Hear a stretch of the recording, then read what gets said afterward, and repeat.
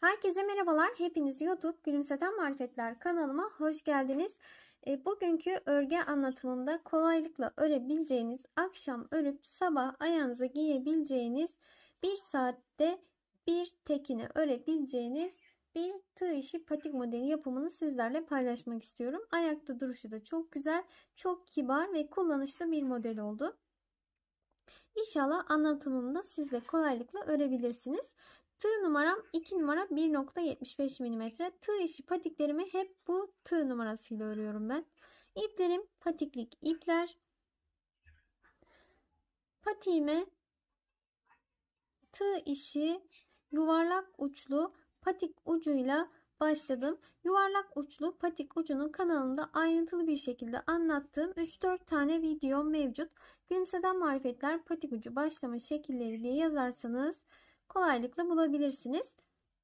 Tığ işi patik uçlarına, yuvarlak uçlu patik uçlarına hep aynı şekilde başlıyorum. Şu an elimde 48 tane ikili trabzanım var. Ördüğüm patik 37, 38 ve 36 ayak numaralarına olur.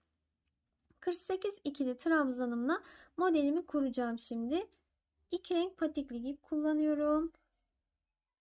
Mavi rengimi aldım ve modelime başlıyorum hemen. Burada 5 sıra boyunca örmüştüm. Şimdi örgümün arka tarafındayım. İpimi aldım. Sıradaki trabzan tepesine battım. 3 ilmeğin üçünü birlikte ördüm. Ve 3 zincir çekiyorum. 1, 2, 3. Bir zincir daha çekiyorum. 4. 4 tane zincirimi yaptım. Tığıma ipimi doladım. Aynı yere tekrar batarak ikili trabzan oluşturdum. Şöyle modelimi yaptım. Araya zincir çekmeden tığıma ipimi doladım. 1, 2 trabzan tepesi atlayıp üçüncüye ikili trabzan yapıyorum. Şöyle bir zincir, aynı yere tekrar ikili trabzan. Tığıma ipimi doladım. 1, 2 trabzan tepesi atlayıp üçüncüye ikili trabzan yapıyorum. Bir zincir, aynı yere tekrar ikili trabzan yapıyorum.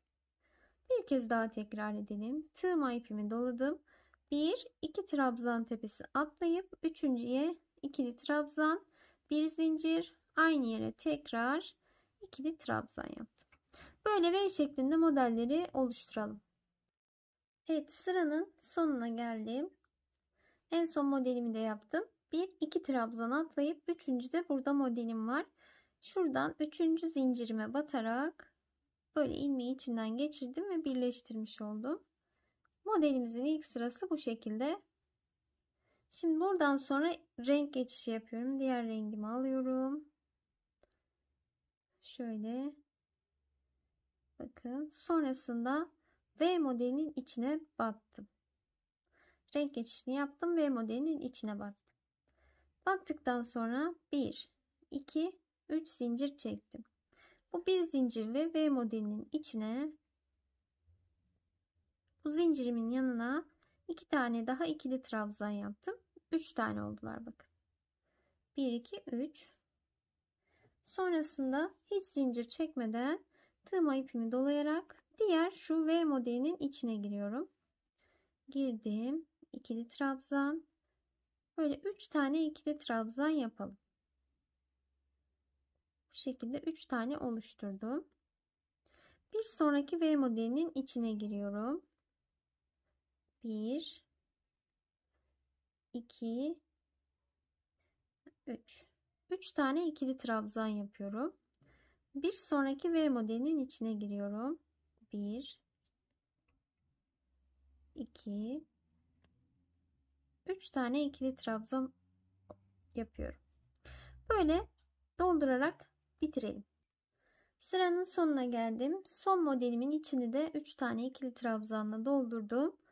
Baştaki bakın şöyle şu zincirime batarak böyle sıramı tamamlamış oldum. Şimdi bakın şöyle ikinci trabzanın tepesine ilmek kaydırarak böyle geçiş yaptım. 1 2 3 zincir çektim. Bir de aradaki zincirim 4. Aynı yere tekrar batarak ikili trabzan yaptım. Yani buraya bir V modeli oluşturmuş oldum.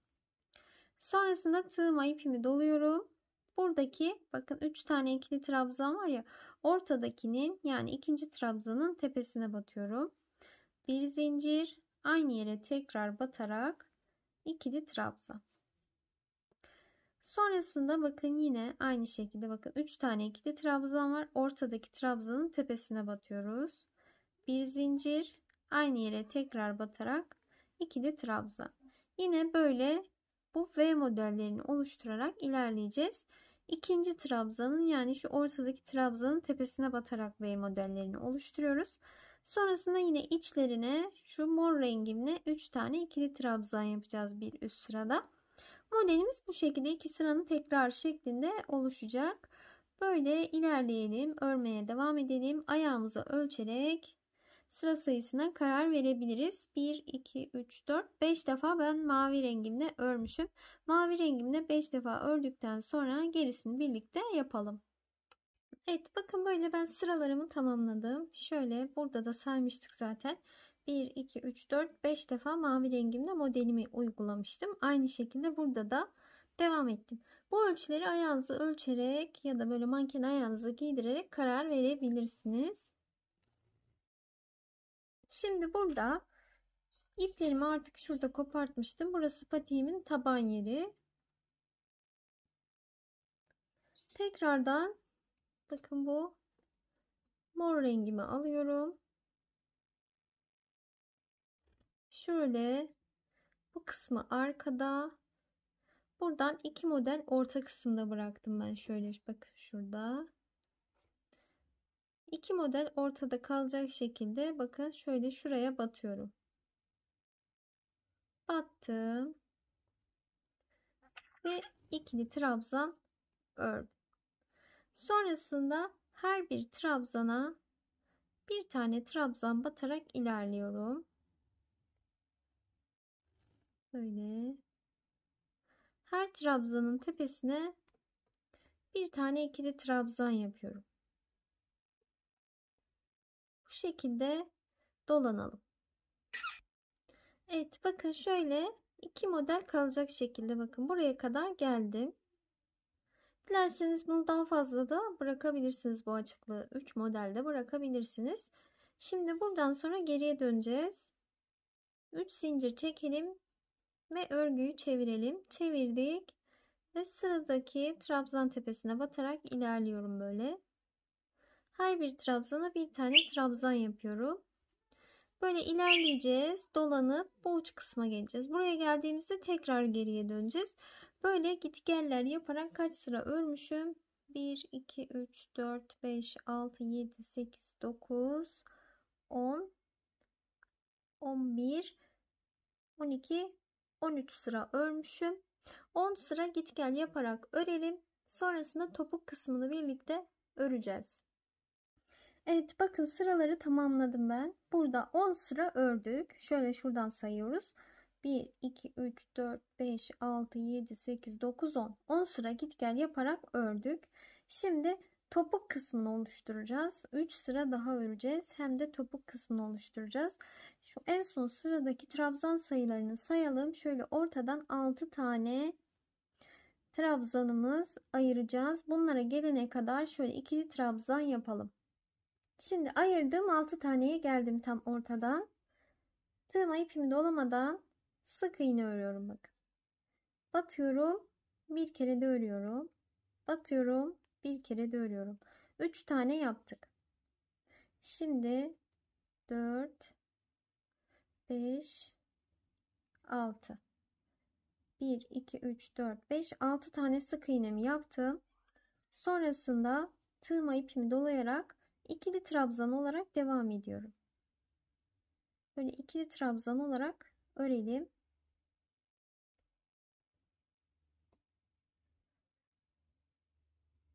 Sırayı ikili trabzan olarak bitirelim. Evet, sırayı tamamlamıştım.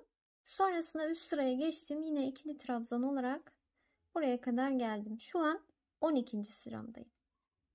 Sık iğnelerimin olduğu orta kısma geldim. Burada 6 tane sık iğnemiz vardı. Şimdi onları yarıya düşüreceğim. Birinciye battım. İkinciye battım. 3 ilmeğin üçünü birlikte ördüm. Üçüncüye battım. Dördüncüye battım. 3 ilmeğin üçünü birlikte ördüm. Beşinciye battım. Altıncıya battım. 3 ilmeğin üçünü birlikte ördüm. Şöyle 1 2 3'e düşürdüm bakın. Tığıma ipimi dolayarak ikili trabzan batarak ilerliyorum. Bu sırayı da yine ikili trabzan olarak bitirelim.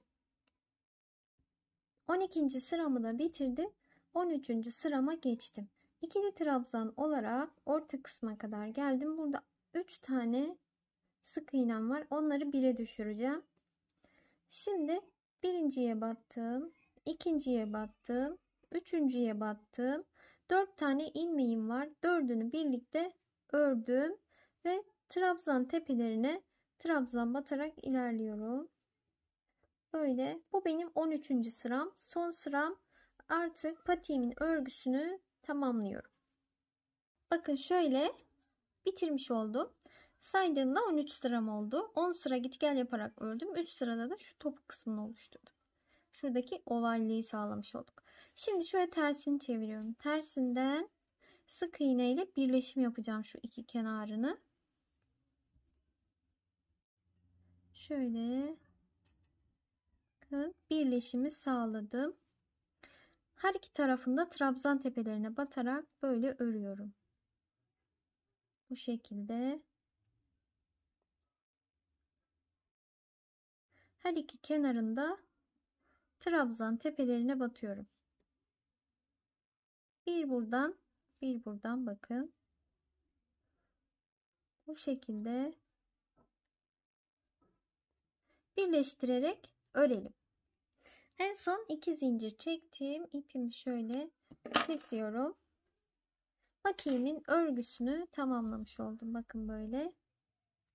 Gerçekten çok kibar, çok gösterişli, çok kullanışlı bir model oldu. Şöyle modelimiz de bu şekilde. Dilerseniz modeli böyle devam da ettirebilirsiniz. Model gerçekten çok güzel. Bakın böyle. Yeşil ve pembe ya da kırmızı renkte örebilirsiniz. Çok güzel lale şeklinde görüntüsü olacaktır. Şimdi ben kenar oyası da yaptım. Şöyle pipirik şeklinde bir kenar oyası uyguladım. Farklı kenar oyası da uygulayabilirsiniz. Bunu da mavi rengimle yaptım. Mavi rengimi alıyorum. Sizlere şimdi kısaca göstermek istiyorum kenar oyasında. Şöyle buradan herhangi bir trabzan boşluğundan battım. 1, 2, 3 zincir çektim. Aynı yere tekrar sık iğne olarak battım. Bir sonraki trabzan boşluğuna sık iğne olarak battım. 3 zincir çektim. Aynı trabzan boşluğuna sık iğne olarak battım. Bir sonraki trabzan boşluğuna battım. 3 zincir çektim. Aynı trabzan boşluğuna sık iğne olarak battım. Böyle pipirikler yaparak ilerledim. Evet, patiğimin kenar oyasını tamamladım. Bakın böyle harika duran bir model oldu. Bir günde kolaylıkla bir çiftini örebilirsiniz. Akşam örüp sabah ayağınıza giyebilirsiniz. Gerçekten çok güzel. Böyle renk renk örüp satışını da yapabilirsiniz. Çok kolaylıkla birçok model örebilirsiniz farklı farklı renklerde. Umarım sizler için faydalı olmuştur. İnşallah sizler de beğenirsiniz ve hep birlikte örmüş oluruz. Bir sonraki videolarımda görüşmek üzere. Hoşça kalın. Videolarımı, anlatımlarımı faydalı buluyorsanız kanalıma abone olarak destek olursanız ben de çok mutlu olurum. Hoşça kalın.